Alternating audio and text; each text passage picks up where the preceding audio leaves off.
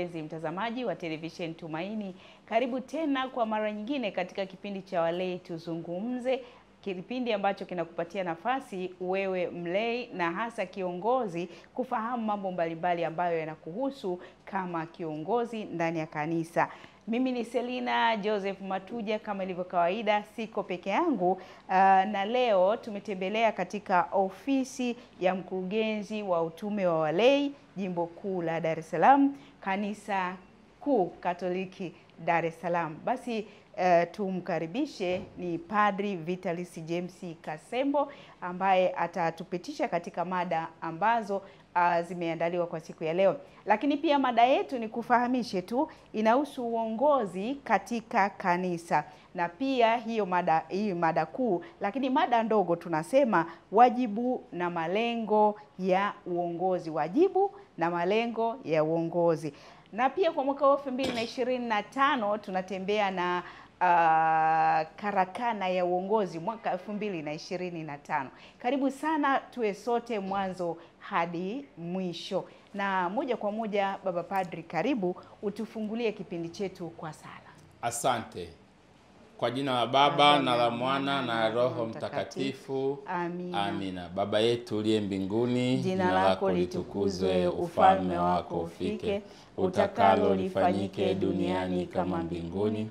Utupe leo mkate wetu wa kila siku, utusamee makosa yetu kama tunavyowasamee na sisi waliotukosea, usitutie katika kishawishi, lakini utuokoe maovuni. Amina. Salamu Maria, umejaa neema, Bwana yu nawe, umebarikiwa kuliko wanawake wote, na Yesu mzao wa tumbo lako amebarikiwa. Maria mtakatifu, mama wa Mungu, utuombee sisi wakosefu, sasa na saa ya kufa kwetu. Amina. Tukuze Baba na Mwana na Roho Mtakatifu, kama mwanzo na sasa na siku zote na milele. Amina. Mungu Baba Mwenyezi, tunakushukuru kwa siku ya leo. Tunakuomba tume Roho wako Mtakatifu aje akae pamoja nasi, ili yote tutakayozungumza kwa ajili ya sifa na utukufu wa jina lako. Tunaomba yote kwa njia ya Kristo Bwana wetu. Amina. Bikira Maria kikao cha hekima, utuombee. Kwa jina la Baba na la Mwana na Roho Mtakatifu. Amina. Na mpenzi mtazamaji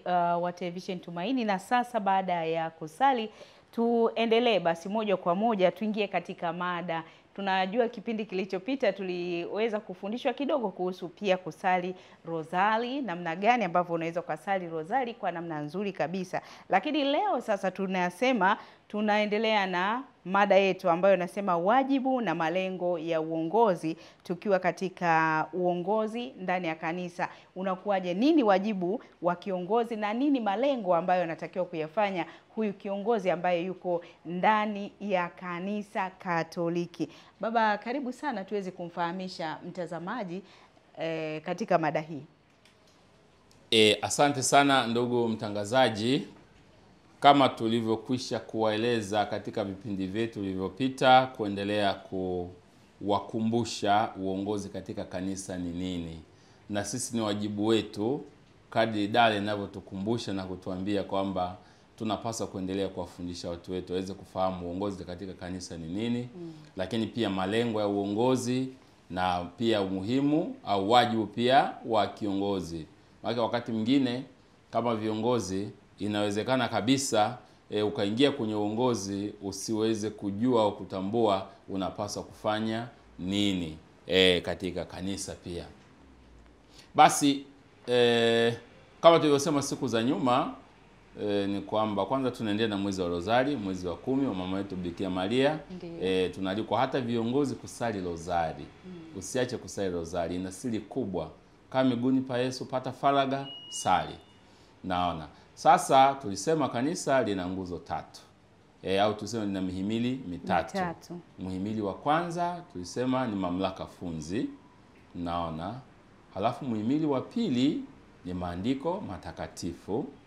Halafu muhimili wa 3 ni mapokeo matakatifu. Sasa tunapoongea juu ya muhimili wa kwanza, ni mamlaka funzi, ni wapakwa mafuta ambao wao kazi yao ni kutuongoza kiroho na kimwili.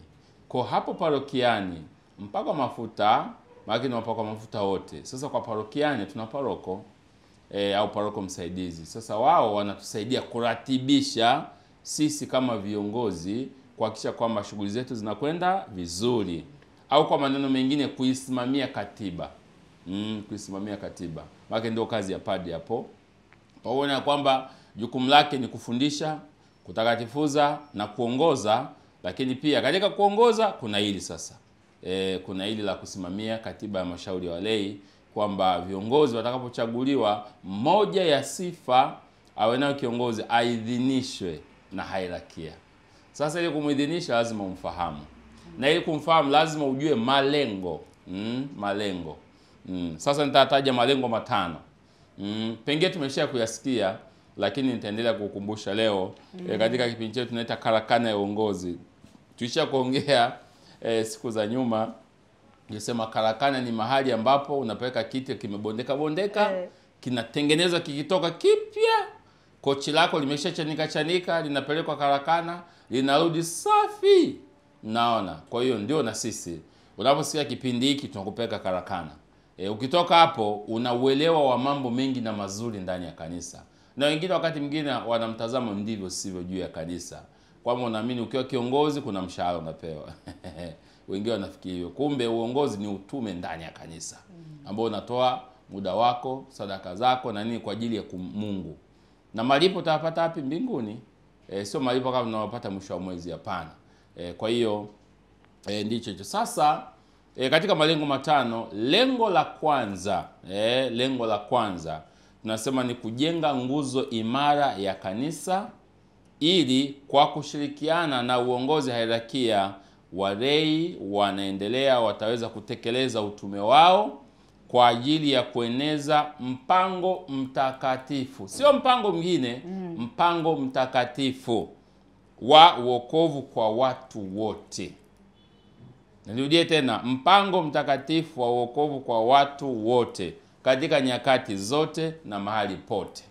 Pointi yangu ndio nalala hapo, watu wote, nyakati zote, kwa mazingira yote na mahali pote. Makelo ninakuangalia. Sasa kuna watu wanawabagua watu. Haendi jumuiya, hatuendi nyumbani kwake kusali. Haendi jumuiya, watoi michango, basi hatumwandikishi. Naona. Haji kanisani, basi hatufanye hivi. Hiyo ni moja. Sasa sheria pia za kanisa zinatukumbusha kwamba kama Mkristo unawajibika kushirikiana na wenzio pia. Sasa nia na lengo ni nini? Ni mpango mtakatifu wa wokovu kwa watu wote. Kwa hata kama mwanajumuiya kwa kweli haji kusali kwenye jumuiya, mwanajumuiya hashirikiani na sisi, lazima tutafute mbinu mbadala au mbinu mtambuka kuona kwamba namna gani tunaweza tukamuona na kumsaidia mtu ambaye haji jumuiya. Tutafute njia yoyote ya kuweza kumvuta. Na mwingine anaweza kusema, sasa kwa mfano asipokuja tunafanyaje? Mpeni muda. Mpeni muda. Kwa hiyo ndicho hicho ambacho tunawakumbusha. Jana nilikuwa na waka parokiani kwetu, lakini experience mojawapo ambayo tunawakumbusha dekania yetu ya Pugu. Nafikiri dakika nyingine ndio mjifunze. Kwa nini wababa hawaendi jumuiya? Naona. Kwa nini wababa hawaendi jumuiya? Au kwa nini hawaji kwenye vikao sana? Kwa sababu gani? Kina baba wanasema wao, kwa Kiingereza wanasema wana mwitikio wa ndani wa kutokuonekana. Kina mama kikelo anaongea wanalia. Ye mama kikelo lazima ataongea na jirani yake amemaliza. Lakini kina baba haongei, hawaji tu kwenye vikao. Basi ndio hivyo. Kumbe wamekelwa tu, basi ukimkuta anaongea mara chache sana. Sasa kwa nini wababa hawaendi jumuiya? Wababa hawaji kwenye vikao. Anasema wao wanakelwa na baadhi ya mambo. Kwanza vikao vinachelewa. Kwenye vikao hamna bia. Kwenye vikao hamna nyama. Kwenye vikao hamna nini. Basi sasa ukitaka waweze kina baba waweke chakula kipo, au amechanga au hajachanga, vinywaji viwepo, watakuja. Watakuja tu. Sasa ndio namna ya kuwavuta kina baba. Alafu hawataki mambo mengi. Wanataka wajipe muda mzuri wa kuongea na kadhalika pia. Kwa hiyo sio kama wanapenda hiyo kina baba, kwa sababu wanatumia nguvu nyingi sana kwa mambo mengi, wanataka kurelax. Sasa umekuja hapo unaanza kuwashindilia na mapointi mengi, maswali, sijui kujibu hiki, anaona bwana isiwe tabu, mimi naondoka. Au siku nyingine haji kabisa. Lakini anakuja maneno machache, ratiba imenyoka vizuri, imeeleweka. Kuna vinywaji pale, kuna chakula pale, kuna nyama pale. Mbona siku nyingine watakuja tena? Kwa hiyo tunaambia hata dekania zingine mjifunze. Wababa wanahitaji mambo mengi. Na wanahitaji uwazi. Hata wengine wanahitaji uwazi. Uwazi na uwajibikaji, hivyo tu. Hela fulani imetumika kwa hivi, imeshanyoka hivi basi. Lakini wala kuna kitu fulani hapo. Kwa hiyo ni mbinu tu, nimekupa tu mfano. Sasa tunapoongea juu ya viongozi,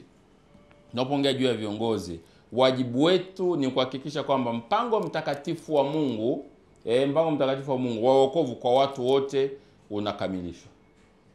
Kwa hiyo tunapomwona kiongozi kama huna lengo hilo, kwa kweli jifikiri mara mbili mara tatu.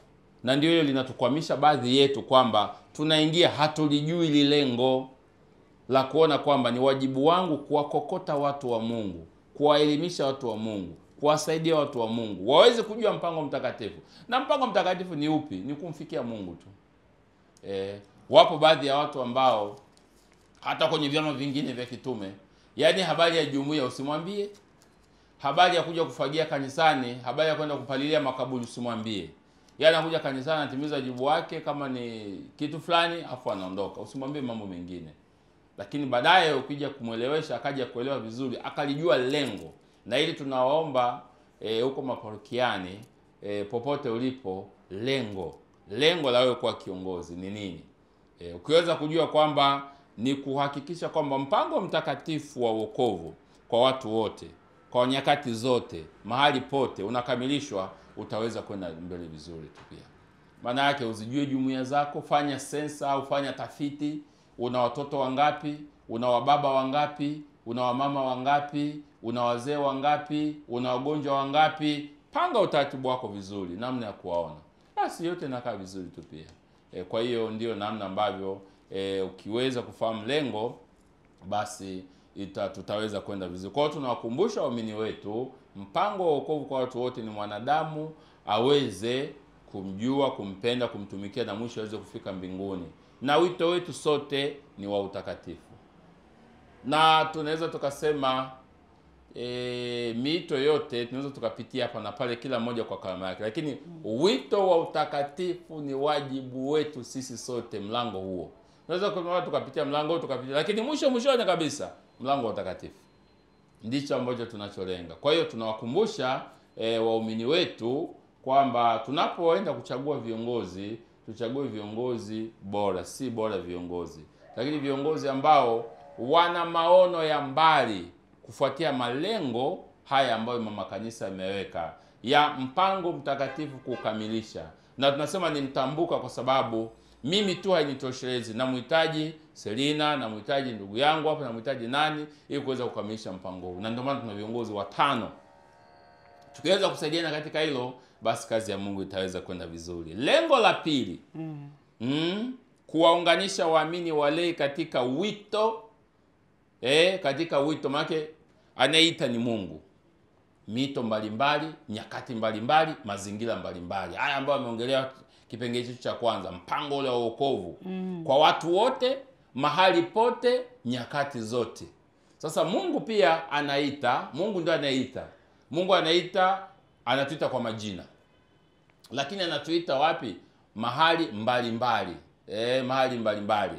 Wewe unaita kutoka milimani kule, wewe unaita sijui kutoka wapi. Lakini pia nyakati mbalimbali. Miaka ya nyuma Mungu ameita watu, lakini hata nyakati hizi Mungu anaita kina Carlos Yakuti, vijana kabisa wa mwaka 91. Mtakatifu sasa. Kwa unaona Mungu ndio anaita.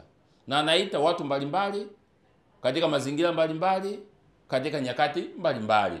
Sasa lengo la wewe kiongozi ni kuwaunganisha waamini katika miito yao. Huyu kwa mfano tuna wito wa kuzaliwa, tumeshakuwa binadamu, lakini pia tuna wito wa kazi. Ndugu mtangazaji, wito wa kazi. Mwingine ni mtangazaji, mwingine ni mhubiri, mwingine ni mwalimu, mwingine ni dokta, mwingine ni nesi, mwingine ni askari, mwingine ni mtu wa ushuru, mwingine ni mfanyabiashara. Hiyo ni miito mbalimbali. Lakini hiyo miito inakuja kukusanya tena kwenye wito mkubwa kabisa wa utakatifu. Kwa kazi ya kiongozi ni kuhakikisha kwamba unagundua wito wa mtu au karama ya mtu, halafu unamwezesha kuifanyia kazi karama hiyo, halafu akiweza kuifanyia kazi karama hiyo, mwishoni kabisa iweze kuzaa matunda kwake na kwetu sote. Kwa hiyo tunaongea juu ya kuunganisha pia, na tunapoongea juu ya kuunganisha waamini, maana yake kwa mfano kwenye jumuiya kuna mmoja yeye anaweza kuhamasisha ila kusalisha hawezi.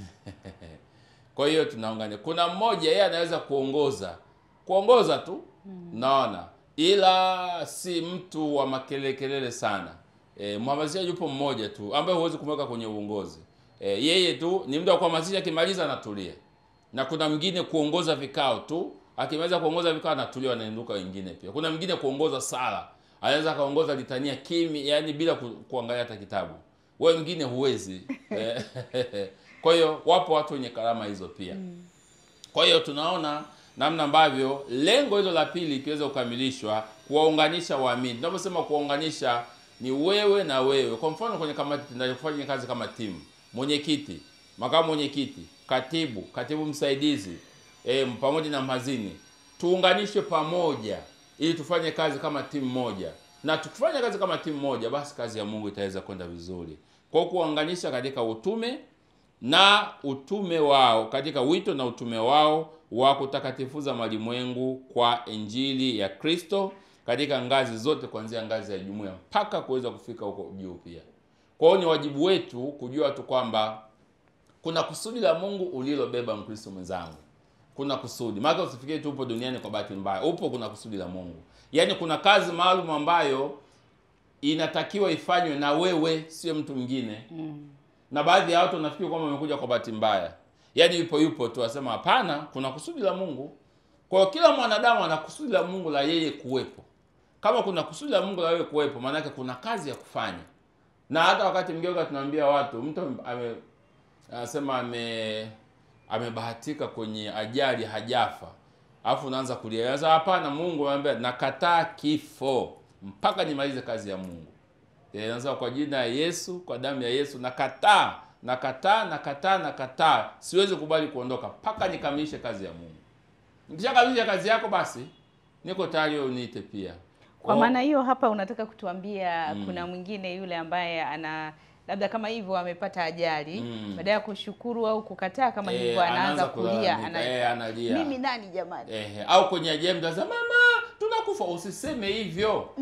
Mwambie Mungu nakataa. Unaona kabisa hapa kabisa tunaenda, usianze kulia tunakufa. Hapana, usiseme tunakufa. Mwambie Mungu tunakataa. Hatuwezi kuondoka mpaka tukamilishe kazi. Na Mungu anatulinda. Watu tunakuta nalia ovyo ovyo. Sasa Mungu tunakataa. Kwa damu ya Yesu tunaomba utufunike. Inawezekana kweli gari imeshaanguka. Sasa tunakataa kifo, tunakataa roho ya mauti kwa jina la Yesu. Tunakataa. Na damu ya Yesu itufunike, damu ya Yesu ituoshe, tunakataa. Hivyo yani. Naona. Bado kuna mwingine unalia, kwani unaweza ukafa. Sasa kwa namna nilivyoona shingo hii mimi nitakufa tu. Hapana, usikubali kileja. Na unamkumbusha Mungu. Mungu nakumbuka nilitoa zaka.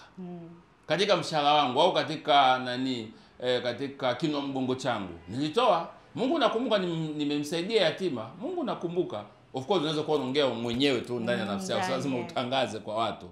Mungu unajua nimesaidia ndugu zangu. Ndugu zangu kama 12 hivi. Tunakumbuka Mungu. Nakataa roho ya mauti. Nakataa mpaka niweze kukamilisha kazi ambayo umenipa. Nikiweza kukamilisha niko tayari Mungu. Kwa hiyo unaongea na Mungu. Ndio nasema unakaa faraga na Mungu, kimya ukiongea na Mungu, ukimwambia, unajadiliana na Mungu. Sasa Mungu nakataa roho ya mauti. Hiyo nimetolea mfano tu katika nyakati za ajali. Au kuna wakati mwingine mtu anaumwa, sasa ugonjwa huu kwa kweli hatuna hakika Mungu. Sasa Mungu nakataa roho ya mauti mpaka nikamilishe kazi yako. Unaweza kukuta baada ya muda unapona. Kwa sababu wakati mwingine woga unashusha chini kinga ya mwili. Woga ule. Kwa hiyo sio kama hatuogope, lakini tunasema unakuwa na ujasiri. Ujasiri sio kwamba kukosa woga, ujasiri ni kwamba unafunika ule woga. Ndio maana ya kuwa jasiri. Sio kama mtu jasiri aogope. Hata simba mwenyewe akitaka kuja, ukimtisha anashtuka kidogo, japo anataka kuja kukula. Kwa hiyo naye hivyo yani. Kwa hata katika maisha tuwe majasiri. Majasiri wa kutenda mema. Sio kwamba unapokuwa jasiri hauna kaoga. Kaoga kapo. Na ndio afya yenyewe hiyo kibinadamu. Lakini kale kaoga kanazidiwa na ujasiri. Lakini na ujasiri sio wa kijinga. Ujasiri kwa nguvu ya Mungu. Ujasiri kwa damu ya Yesu. Kwa upande wa viongozi nakwambia una ujasiri kwa damu ya Yesu. Sio ujasiri tu wa ambao hauna ground yote, hapana. Wewe na ground ya Yesu pia. Naona. Haya, mtazamaji, tuendelee na kile kipengele cha 3 katika haya malengo matano. Kipengele cha 3 katika malengo haya matano ni kutekeleza utume wale wa kutakatifuza malimwengu tukiongozwa na roho ya Injili.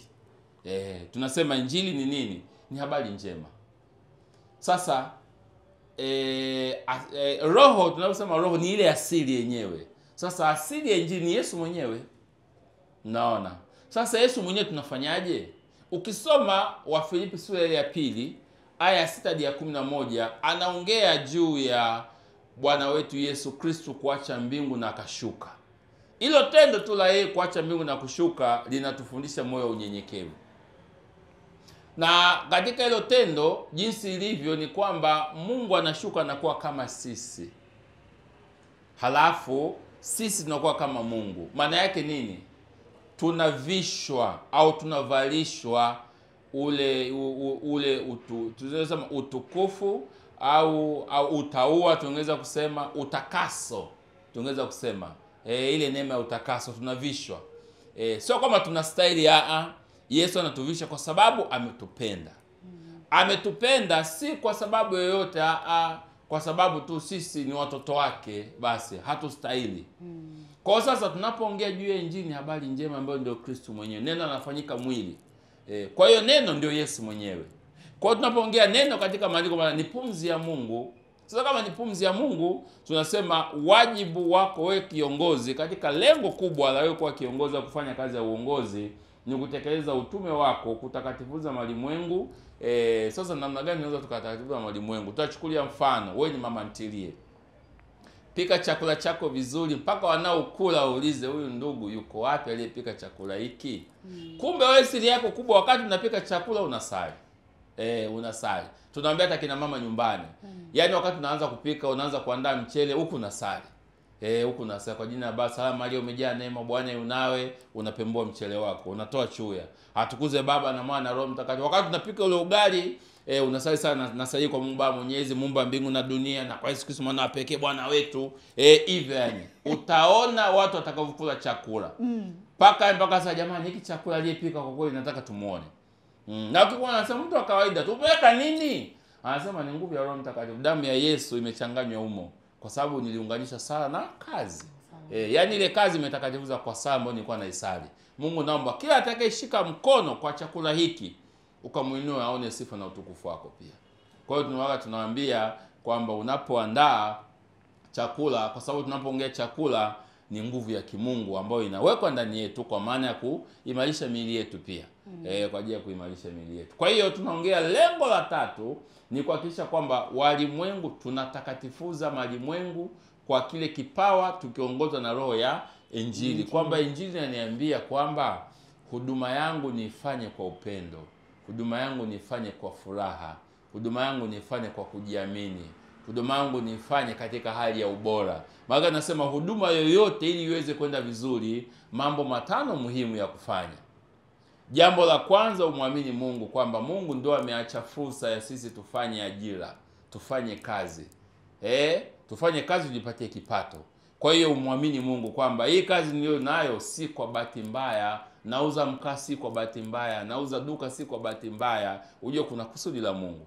Lakini jambo la pili, huduma yote tunaifanya tuifanye kwa muda mzuri au kwa muda stahiki. Wewe kabisa duka linapaswa kufunguliwa asubuhi, wewe unafungua saa 5 asubuhi. Nani atakuja kununua bidhaa? Si anaenda kwa jirani. Ndio. Lakini jambo lingine, huduma hiyo tuifanye katika hali ya ubora. Yaani bidhaa tulizonazo ziwe na ubora. Nikinunua msalaba kama huu, ninunue msalaba ambao utakaa hata miaka 10-20 bila kuharibika. Unaona? Yaani tunasema vitu original. Kwa lugha ya sasa hivi nasema vitu OG. Vitu OG pia. Lakini pia kipengele cha 4 juu ya huduma yako yote unaifanya, tunaita huduma ya mawasiliano kati ya mteja unayemhudumia. Tunasema customer care na customer service. Iwe nzuri. Yaani mpaka ukitoka sasa, jamani, yaani mhudumu, yaani narudi tena kesho. Kwa namna alivyonihudumia, una shida gani kaka? Umeshahudumiwa. Sasa jamani, yaani mpaka mnanijali mimi. Na sasa basi kesho ndakuja. Na jambo lingine la mwisho, uhakikishe kwamba unajijengea mazoea ya kufuatilia. Kwamba nimempa risiti. Unamuuliza hata baada ya wiki moja, vipi chombo chetu kinafanya kazi vizuri? Atarudi tena kesho kutwa. Sasa mimi nimenunua beseni, nimenunua mashine, unaanza kuniuliza tena na umeshatumia hela yangu. Sasa hapana, huyu mtu narudi tena ile duka lile, narudi. Unaniuliza ni kama unaohudumia hospitali kwa wagonjwa. Sio kazi yako, lakini unampigia mgonjwa, unaendeleaje ndugu yangu? Zile dawa tulizokupa zinakusaidia? Nasema mimi nishatoa hela yangu, bado unanipigia tena simu kufuatia naendeleaje? Hiyo ndio tunasema ndio namna njema ya kuendelea kupeleka injili kwa wengine. Anauliza hivyo, unasali kanisa gani? Mimi Mkristo Mkatoliki jimbo kuu la Dar es Salaam, na parokia yangu ni hii ambayo naosali. Ninasema na mimi nataka nije jamani, kwa sababu nimeona maisha mnaoishi maisha ushuhuda. Maisha mnaishi maisha ya ushuhuda. Kwa hiyo kwa hii pointi ambayo unaizungumza hapa mwishoni, kwamba tuwe na kawaida ya kufuatilia. Kama uliuza bidhaa au ulikuwa unahudumia wagonjwa, uwafuatilie. Kiwastani sioni sana kama ipo. Watu sasa hawajui, ila wanaojua wanafanya vizuri. Wapo watu kwenye maduka yao, anakupigia simu kabisa. Yaani yupo mtu maalum kabisa kwa ajili ya kazi hiyo. Analipwa. Analipwa kupigia. Hivi ile friji niliyokupa inaendeleaje? Umeme umeshika vizuri? Nini? Au ile dish niliyokufungia, TV inaonyesha vizuri? Nini? Ndio namna ya kushika wateja. Namna ya kushika wateja. Maana nawashika wateja kwenye duka, inafungua tena duka lingine na wateja wangu. Kwa hiyo nakuta jirani ambaye yeye amefungua duka watu hawaje kwa sababu hana mazoea, hajashika wateja. Sasa mimi nashika wateja kwa mtindo huo pia. Lakini hata huduma yangu niko smart. Niko vizuri. Naonekana vizuri. Sijavaa manguo kama imetundikwa juu ya mti, hapana. Umevaa nguo imekaa kwenye mwili vizuri. Basi watu watakuja. Hiyo inaongea upande wa biashara. Lakini nataka kuongea hata upande wa huduma za kiroho. Mtoto amebatizwa. Uliwezesha wewe kama mwanajumuiya, umemwadikisha, amepata kibali, amebatizwa Jumapili. Fuatilia, piga simu, jamani mwanetu anaendeleaje? Kama ibatizwa Jumapili, kanaendea vizuri. Tena unaenda mpaka mwaka mzee, jamani mtoto ananyonya vizuri lakini jamani. Katoka ananyonya vizuri. Juzi kalikuwa na malaria kidogo jamani. Nitapata nafasi nje nikaone. Unakuja jamani, unakaletea hata rozari. Jamani. Ukiongoza jumuiya jamani, tungeweza kupata 10 wa hivi. Jumuiya yetu ingeweza kwenda mbele vizuri. Unatufuatilia mpaka kwenye familia zetu. Ndio namna ya kudumia watu. Hayo ni malengo ya viongozi ndani ya kanisa Katoliki, kutekeleza utume wa walei. Si jambo dogo. Si jambo dogo. Unajua watu wanachukulia poa tu, nikishakuandikia, umekwenda, umepata ubatizo, umepata nini, basi imeishia hapo. Lakini ukiweza kufuatilia hatua kwa hatua, hiyo inakwenda vizuri. Kwa mfano wakati tunaambia watu, jana nilikuwa naongea na mtu mmoja, baba askofu anakupigia simu, unajisikiaje? Mtu mmoja alikuwa anasema, kwanza kwa kuwa sikuwa na namba yake, lakini baba askofu ameiona namba yangu. Amenipigia michango ya visiga mahali fulani. Sasa kwa kuwa kujua ile namba, ameongea tukae, halo, habari ya saizi? Sasa mimi ni askofu fulani. Kwanza nataka hata kuangusha simu. Baba kunipigia mimi? Mimi ni nani? Yaani hapo tu naanza kutetemeka. Sasa kuanzia hapa nasema, mimi ni nani mpaka nipigie na baba askofu? Kwa unaona anavyojali, anatujali watu wake. Kumbe na wewe unaanza sasa uhusiano mzuri, namna ya kujali pia. Kumbe hata na wewe kiongozi, pata nafasi unakuwa na namba za simu za wana jumuiya yako. Ameomba mtu fulani, kama una nafasi nenda kawaone, mnaendeleaje jamani? Unaona, ndio namna ambavyo tunaweza tukaendeleza, ndio kutekeleza utume wa walei ili kuhakikisha kwamba tunakwenda vizuri. Kwa hiyo tunakukumbusha kama kiongozi kuhakikisha kwamba malengo haya unayafahamu vizuri, ili unapoingia kwenye uongozi kila kitu kiwe vizuri, na utaona neema na baraka za Mungu zitakapomiminikia wale, na wewe pia ziweze kumiminikia vizuri, kuhakikisha kwamba kazi ya Mungu inakwenda vizuri. Na naamini kabisa ukifanya kazi yako vizuri, lengo lako ukalikamilisha vizuri, utaona baraka.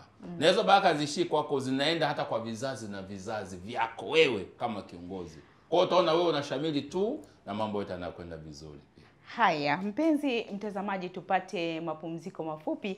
Tutakaporejea basi tutaweza kuona lengo la 4 na la 5. Haya matatu bila shaka utakuwa umezingatia, na kama utakuwa hujaelewa utaweza tu kutuuliza na utapata majibu.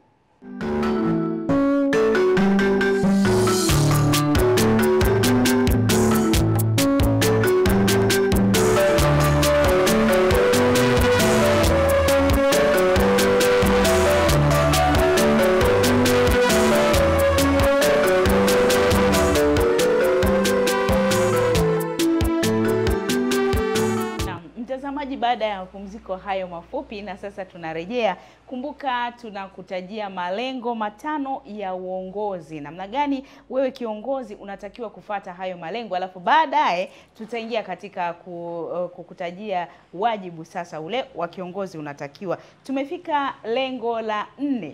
Ndio tunakwenda la 5, la 4 na la 5. Tukimaliza hapo tunaenda kwenye wajibu. Baba, karibu tuendelee. Asante ndugu mtangazaji, lakini pia na ndugu mtazamaji wa Tumaini Media. Basi tunaendelea na lengo la 4. Sehemu yoyote kama huna malengo huwezi kufanikiwa kwenye maisha. Wakati tunaambia hata wale wanaoanza maisha lazima ujiwekee malengo. Lengo la kila mwaka ni nimekamilisha kitu fulani, lengo la miaka 2, lengo la miaka 5, lengo la miaka 10. Ikimaliza chuo kikuu nifanye hivi na hivi na hivi na hivi na hivi.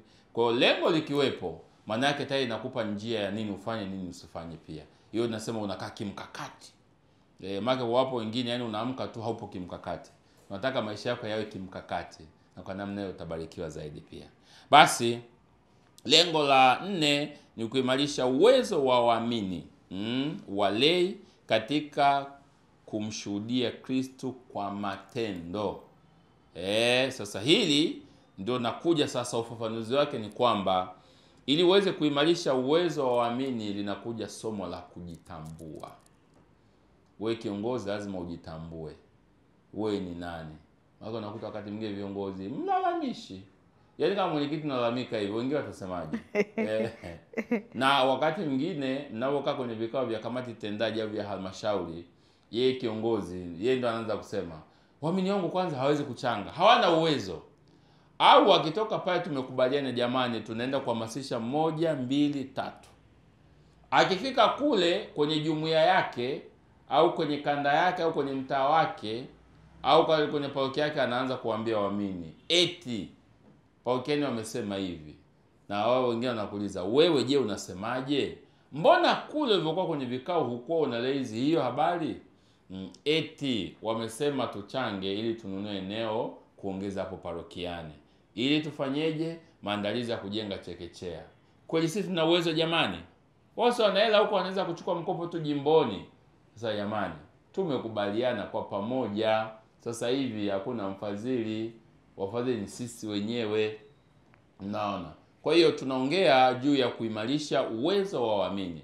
Tunaposema kuimarisha uwezo wa waamini, mojawapo ni kuwapa semina elekezi kwa ajili ya kuwajengea uwezo wa waamini waweze kuelewa ndani ya kanisa nini tunawajibika kufanya na nini hatuwajibike kufanya.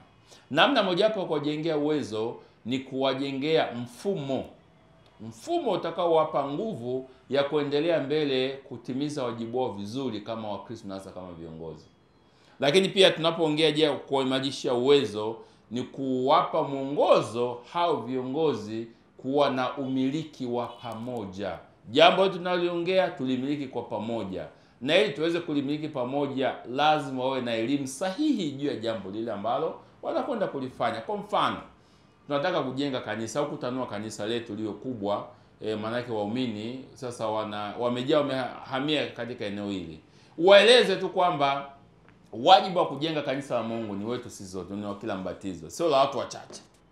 Pamoja kwamba wengine wana hela, wengine hawana hela, lakini ni wajibu wetu sote. Na ndio yoga tunaangalia, hata uwe na hela nyingi za kutosha huwezi kuruhusiwa kujenga kanisa peke yako. Kwa sababu baraka za Mungu sio zako wewe, ni zetu sisi sote. Maana unauza mtu. Sasa mimi tajiri mimi nataka nitoe shilingi milioni 200. Wakamwambia milioni 200 ziweke hapa.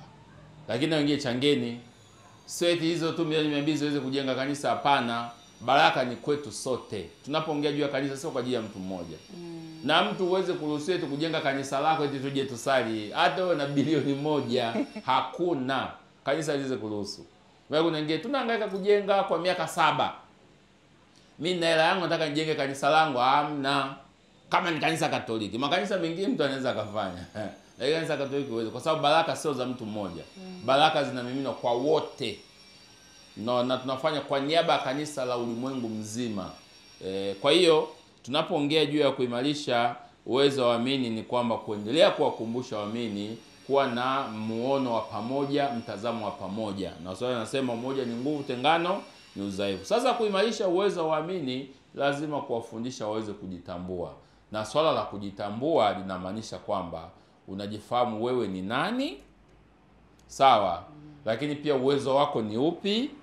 Udhaifu wako ni upi? Lakini pia unaweza kufanya nini wakati gani na nani kwa utaratibu upi? Hiyo ndio kuhakikisha kwamba unaimarisha uwezo wa waamini. Kwa sababu wapo waamini, wapo tu hawajatumia vya kutosha. Unakuja kugundua hivi kumbe huyu jamaa angeweza kufaa sana kwenye kazi ya ukatibu. Kwa sababu naona anaweza sana kutumia kompyuta, anaweza sana kutumia simu kwa ajili ya kuhamasisha. Anaweza kutusaidia sana. Lakini unaweza kukuta mwingine anasema huyu angefaa sana kwenye kazi ya uhazini. Anajua sana kuweka rekodi za matukio, mambo ya fedha kutunza vizuri, hivyo angeweza kutufaa sana. Kwa hiyo unakuta ni katika mazingira hayo lazima kama kiongozi ufahamu lengo hili la kuimarisha uwezo wa waamini walei katika kumshuhudia Kristo kwa matendo. Kwa matendo. Nitatoa mfano kwamba hapo parokiani tuna shughuli moja ambayo inatudai sisi sote. Kuna sehemu ya kufanya usafi. Sasa kuna sehemu ya usafi. Tunatangaza tu kanisani, jamani, wale ambao wanaweza basi kesho baada ya misa asubuhi tufanye usafi. Sasa kuna wengine wameondoka, ni kama hawajajali, wengine wamekuja kuna nini. Sasa hiyo inaonyesha namna gani mtu yuko na utayari, utayari wa kufanya kazi ya Mungu. Maka mimi nasema talipo shilingi ngapi? Si tungeweza kutoa tu sadaka kule, tukamkodisha mtu, tukamlipa. Sema Mungu anakutaka wewe. Ndio tunaongea juu ya matendo. Hela yako ingeweza kufanya kazi, lakini anakutaka uonyeshe tendo kufanya kazi hapo kanisani. Malipo utapata mbinguni. Hata kama una hela, hata kama umekuja na gari lako, njoo, shika fagio, fanya usafi. Hela yako Mungu anaijua, na Mungu ndio aliyekupa. Anataka wewe mwenyewe uje ufanye kwa matendo. Kwa matendo. Unaona kwenye misiba kuna watu wanakodisha watu wakalie. Watu wanapewa hela wanalia msibani, wakishamaliza muda wao kama saa ngapi wanaondoka. Lakini kuna mtu anahitaji akodi, yaani msiba tu unakuuliza mwenyewe kwa sababu yule aliyekufa pia anakuhusu. Anakuhusu. Tofauti na yule mtu ambaye hashiki na wengine. Kwa msiba umetokea sasa atafanyaje? Kodi vijana 12 wanalia huko majana anajua jamaa na kweli ana msiba.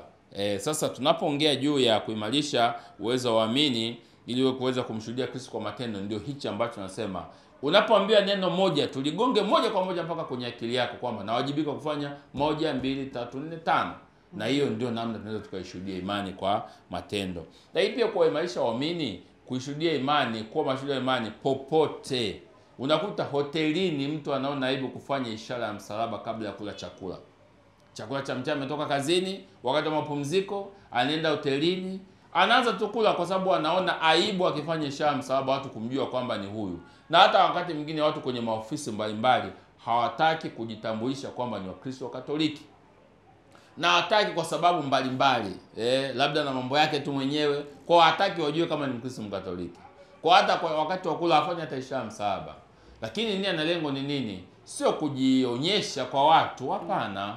Ni kuonyesha tu imani yako wewe unaishuhudia kwa maneno na matendo. Kuna mwingine anaweza kwa tendo lako hilo moja tu akakuuliza, ndugu yangu unasali wapi? Ndio akaanza na mahusiano hapo, ukajua hata anafanya biashara gani, ukaanza kufanya biashara pia. Kwa tendo moja yule mmoja, huyu anayofanya ishara msalaba ni Mkristo mwenzangu. Kwa hiyo unaenda unaongea naye pia. So, na mimi nina mradi wangu, na mimi nina hiki, unafanya ofisi gani? ndio namna ya kuanza kuhusiana. Kwa hiyo tunaongea juu ya kuimarisha uwezo wa waamini. Jambo la 5, na hata hiki ninachokifanya tunaimarisha uwezo wa waamini, ujue kwamba tunafanya kazi katika kanisa, tunapaswa kupita hapa tusipite. Lengo la 5 ni kuwawezesha walei, mlei ni ambaye sio mpakwa mafuta, kutokana na karama za sakramenti walizopokea, kushiriki kikamilifu katika uinjilishaji wa kina na mipango yote ya kanisa katika harakati za kujenga mwili wa Kristo. Kujenga mwili wa Kristo ndio kanisa. Kwa hiyo kuwawezesha walei kutokana na karama zao walizozipokea, amepokea ubatizo, kipaimara, omnio, kushiriki kikamilifu katika uinjilishaji. Maana yake nini? Tunawajibika kushirikiana na wenzetu, ama kuwaongoza ama kuongozwa. Kwa mfano tunajiandaa sasa hivi na mavuno jimbo kuu la Dar es Salaam.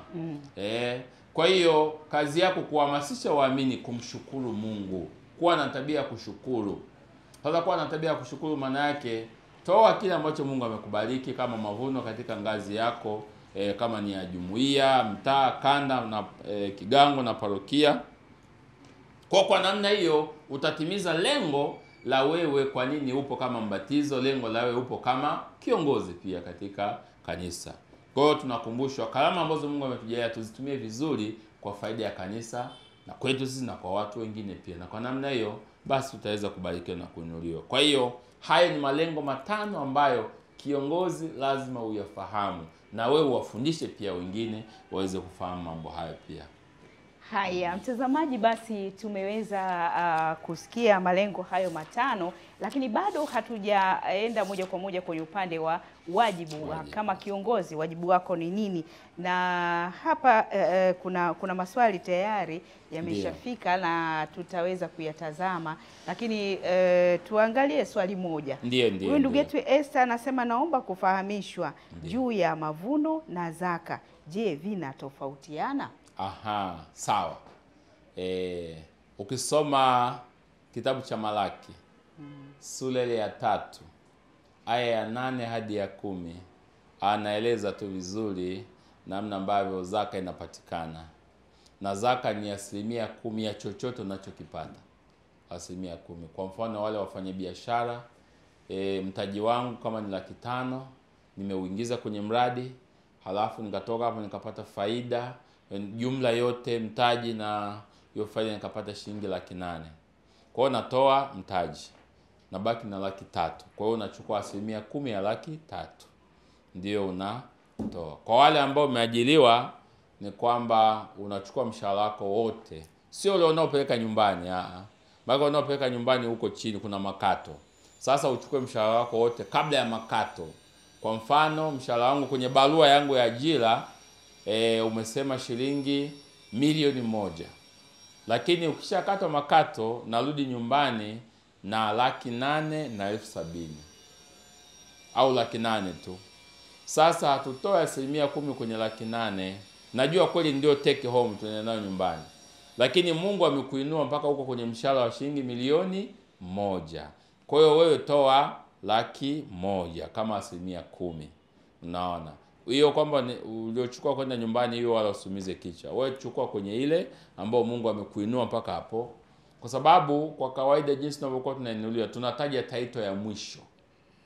Unaona? Wewe ulikuwa mchumba, sasa umeshafunga ndoa, sio mchumba tena, wewe ni mke au mume wa ndoa. Hatukutaji tena kwa title ile ya chini. Kwa wewe unapilipa sasa mshahara 1,000,000. Hatutaji tena ile ambayo unachukua unaenda nayo nyumbani kama ni 8,000, 9,000. Naambia Mungu, mimi natoa shukrani kwa hiyo ili uniongeze zaidi cheo niweze kupanda juu pia. Kwa hiyo ndio tunasema zaka. Sasa ameuliza nini nyingine? Mavuno. Mavuno ni tunaita ni shukrani na yenyewe, ni shukrani. Tunasema mazao ambayo tunaweza kusema kwa sababu ya kwanza tunaita ni malimbuko. Yeye ambayo tunavuna zao la kwanza tunaita malimbuko. Lakini tunasema mavuno ni kile ambacho tunamrudishia Mungu kwa mwaka mzima. Kwa mfano wale wanaolima shambani, ukiachia ile mvuno wa kwanza ule, lakini ule mwingine kwa pamoja namrudishia Mungu mavuno. Na tunapoongea mavuno hayako kimahesabu. Naweza kupeleka hata gunia moja, hata nusu gunia, na ni mavuno nampelekea Mungu pia. Sasa kwa Dar es Salaam shamba letu ni kazi zetu. biashara zetu, ile ndio shamba.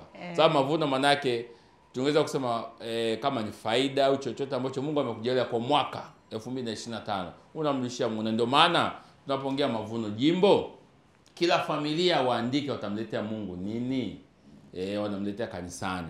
Kwa hiyo mtaleta parokiani, kisha parokia nayo itazileta huku jimboni, mavuno kwa mwaka. Sasa mavuno yasishuke chini, mavuno yasonge mbele, kwa sababu kanuni ya mavuno ni kwenda mbele zaidi, sio kushuka chini. Ukishuka chini hatukuelewi. Sasa matarajio yetu kwamba kama imani yako inakuwa na inaishi, manake lazima iendelee mbele, sio kurudi nyuma. Na matamanio yetu kwa maelekezo yote, kwa ushauri tunaopata, manake imani yetu hiyo inasonga mbele. Kwa hata mavuno hatungetarajia kwamba yashuke chini, mavuno yaende mbele. Unaona, kwa hiyo ndicho hicho ambacho tunakumbusha watu wetu, mavuno yawe mazuri na manono. Na hii wakati mwingine tunagawa, kuna mwingine anagawa 50, 30, 20. Kuna mwingine anagawa hivyo. Nusu, 30 hivi yani. Lakini kuna mwingine anaweza akagawa utaratibu wake kwamba 10% unampelekea Mungu, 5% unatoa sadaka, 5% unawapa wahitaji, 10% mambo ya dharura, 40% unaweka benki, 30% matumizi yako ya kila siku. Unaweza ukagawa kwa namna unavyofaa pia. Kuna ndugu yetu mmoja hapa anasema, je, kwa mfano mimi nikiwa sijaoa, je, ninaweza kusoma masomo kanisani? Ndiyo. Hiyo wala, kwa sababu kusoma masomo ni utume. Na sehemu nyingine kabisa kuna sala maalumu ya kuwasimika wasoma masomo. Na sisi seminarini hivyo hivyo ipo sala maalum kuwasimika wasoma masomo. Na masomo yapo ya wiki. Na masomo unaosoma Jumapili kuna tofauti.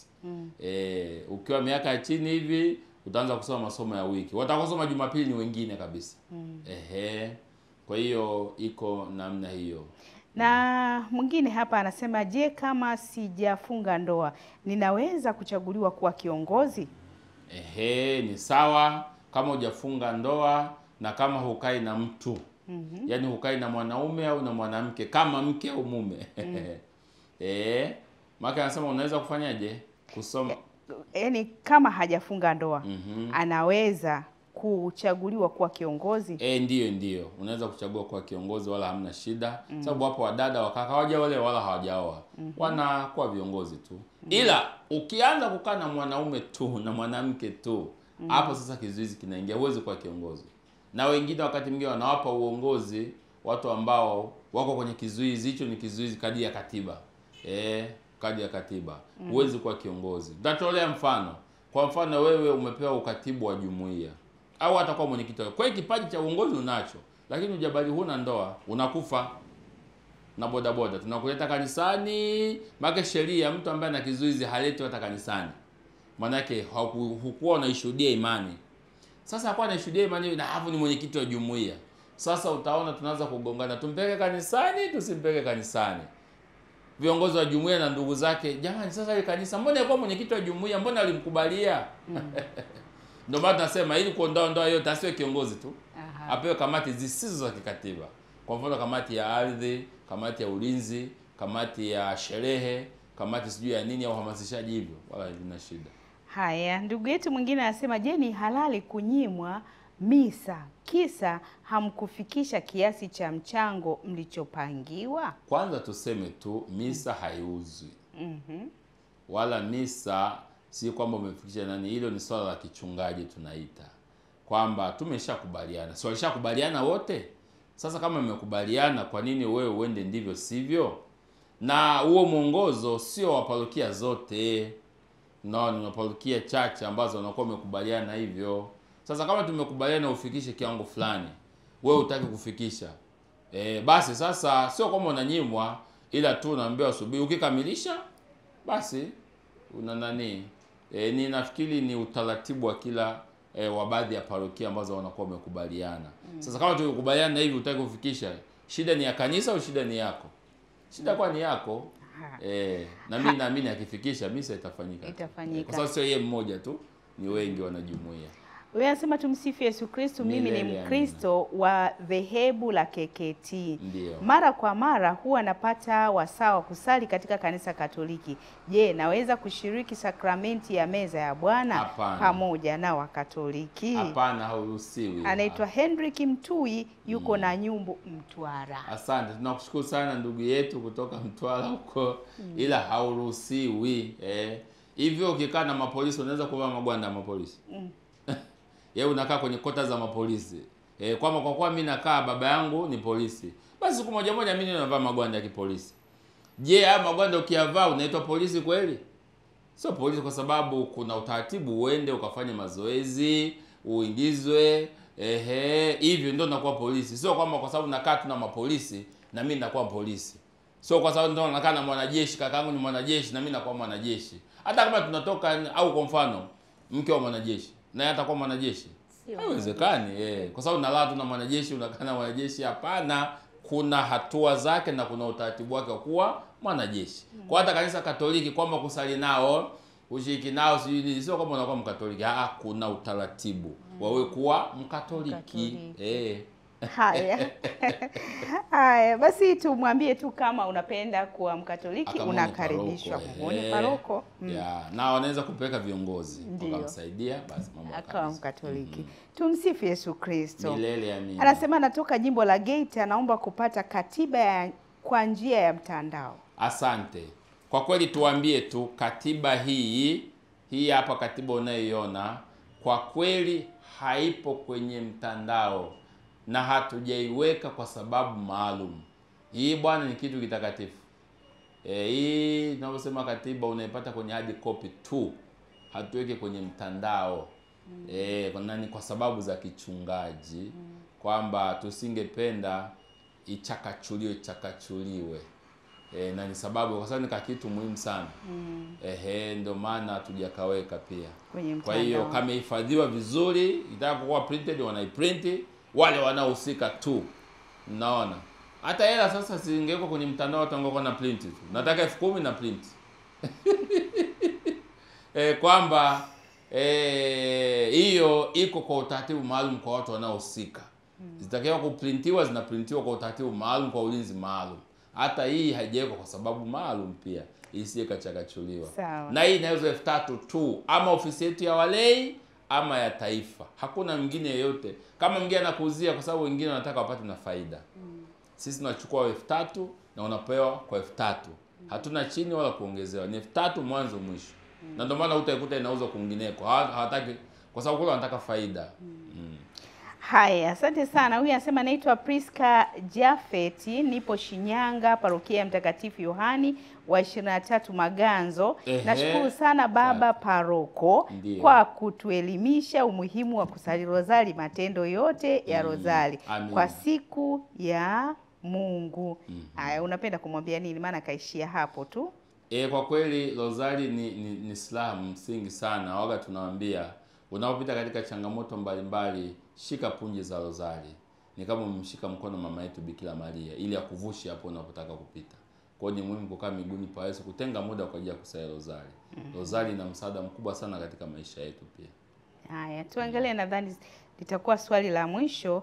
Anasema tumsifu Yesu Kristo. Milele amina. Naitwa Monica, niko Mbezi. Nilikuwa naomba kuuliza, je, kama mtu anaishi na mwenza ambaye sio Mkristo, ni upande wa pili, na wafunga ndoa kokote, na wanaweza kufunga ndoa kokote, anaweza kupewa uongozi kwenye jumuiya au kanisani?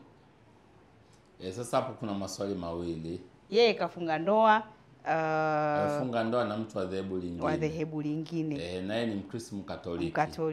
Kama ni Mkristo Mkatoliki, maana yake huna kizuizi. Ila tu kama Mkatoliki amefunga ndoa na mtu wa dhehebu lingine, huyo hawezi kuwa kiongozi hata kama yuko hapo. Mpaka uwe Mkatoliki kwanza, kwa sababu sheria au kanuni ya kuwa Mkatoliki, ya kuwa kiongozi, lazima Mkristo Mkatoliki. Sio mtu wa dhehebu lingine. Maana unakuta sehemu nyingine baba Mkatoliki, mama wa dhehebu lingine. Kwa hiyo na baba ni mtunza fedha na anasafiri mara kwa mara. Kwa wakati mwingine mama anafanya kazi ya baba. sababu wote walisoma chuo cha fedha. Kwa hiyo anataka kumsaidia. Sasa basi atutangazie huyo bado sio Mkatoliki, hawezi kuchukua nafasi ya baba. Hata kama amesoma mambo ya fedha pia. Kwa hiyo kwa Mkristo Mkatoliki kama umefunga ndoa ya mseto, maana hiyo inaitwa ndoa ya mseto. Na tukwambie tu Mkristo mwenzangu, ndoa ya mseto ipo kanisa Katoliki tu. Hakuna dhehebu lingine au dini yote ina ndoa ya mseto. Ukishafunga huko ni wa kule. Lakini kwetu sisi hata kama sio Mkatoliki unafungia huku na unaendelea kwa na imani yako na unashiriki vizuri bila mgogoro wowote katika kanisa pia. Basi katika kumalizia kipindi chetu siku ya leo, ni kukaribishe baba. Pengine unaweza ukawa na wito wako nini kwa siku hii ya leo? Asante. Wito wangu kwanza kuwashukuru waamini kwa kazi kubwa na nzuri inayoendelea ya uchaguzi wa viongozi. Sasa hivi tuko katika uchaguzi wa kanda na mitaa, vyama vya kitume. Kanisani. Kanisani. Sio kwingineko. Nataka tunyoshe maneno. Kanisa Katoliki ndio tunaendelea na uchaguzi. Maana nasema hata sio kanisa, kanisa Katoliki. Ndio msimu wetu wa uchaguzi. Ulianza mwaka jana, mwaka huu tunamaliza mwaka ujao. Mwaka ujao. Kwa hiyo nawashukuru kwa hilo. Lakini lingine niendelee kuwashukuru na kuwapongeza kwa kuwapisha viongozi hao ngazi ya jumuiya ambao tayari wameshaanza kuchapa kazi. Tunashukuru hilo. Na hilo tuwakumbusha watu, tukumbuke makabidhiano. Watu waoga na sawa makabidhiano pia. Mtu amechaguliwa hakuchaguliwa, ile faili hata alipeleki. Analificha tu huko. Mwingine anahangaika hana anzia wapi. Kwa hiyo tunakumbusha kuhakikisha kwamba umemkabidhi mwingine, basi mambo yanaweza kwenda vizuri. Kwa hiyo nawapongeza pia kwa kazi kubwa na nzuri ambayo tunaendelea. Tuendelee na utaratibu wetu wa kuchagua viongozi bora na si bora viongozi. Na ujue kwamba uongozi katika kanisa ni utumishi, sio ajira. Na kama ni utumishi, malipo Mungu ndiye atakaye kulipa. Kwa hiyo tunawashukuru kwa yote. Lakini pia wito wangu waendelee kutazama Tumaini Media TV na kusikiliza redio. Basi yote nafikia taendelea kwa mazuri. Asanteni sana na Mungu azidi kuwabariki. Amina. Basi moja kwa moja tukamilishe kipindi chetu kwa sala kama ambavyo tulianza, basi ndivyo tunavyoenda kuhitimisha. Baba, karibu. Asante. Kwa jina la Baba na Mwana na Roho Mtakatifu. Amina. Tunakimbilia ulinzi wako mzazi mtakatifu wa Mungu. Usitunyime tukiomba katika shida zetu, utuopoe siku zote tuingiapo hatarini. Ewe Bikira mtukufu na mwenye baraka. Amina. Awabariki Mungu Mwenyezi, Baba na Mwana na Roho Mtakatifu. Amina. Tumtukuze Bwana, tumshukuru Mungu. Haya mtazamaji, hadi hapo ndio tumefika mwisho wa kipindi chetu cha Walei Tuzungumze, ambapo leo tuko katika ofisi ya mkurugenzi wa utume wa walei Jimbo Kuu la Dar es Salaam, Kanisa Kuu Katoliki Dar es Salaam vile vile, lakini nilikuwa na Padri Vitalis James Kasembo. Mimi ni Selina Joseph Matuja. Hatuna la ziada. Tunakutakia utazamaji mzuri wa vipindi vinavyoendelea hadi mara nyingine. Tumsifu Yesu Kristo.